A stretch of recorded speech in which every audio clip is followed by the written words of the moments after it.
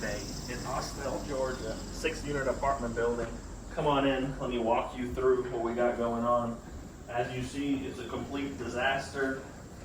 It's like infested with cockroaches. People were living here. The guy just moved out, so we're gonna renovate all this. Monday, we're gonna demo all this, the kitchen cabinets, the flooring. We're gonna put in central HVAC. Now there's window units. It's 2 bedroom, 1 bathroom. So just check out the condition of this place. We've got a bedroom on the right, bedroom on the left. We've got a dead cockroach on the wall. This is heavy value add. People were paying like $400 here. Check out this bathroom.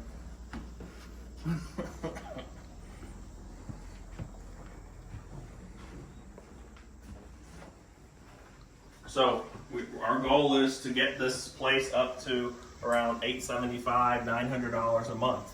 So stay tuned, we'll keep you posted.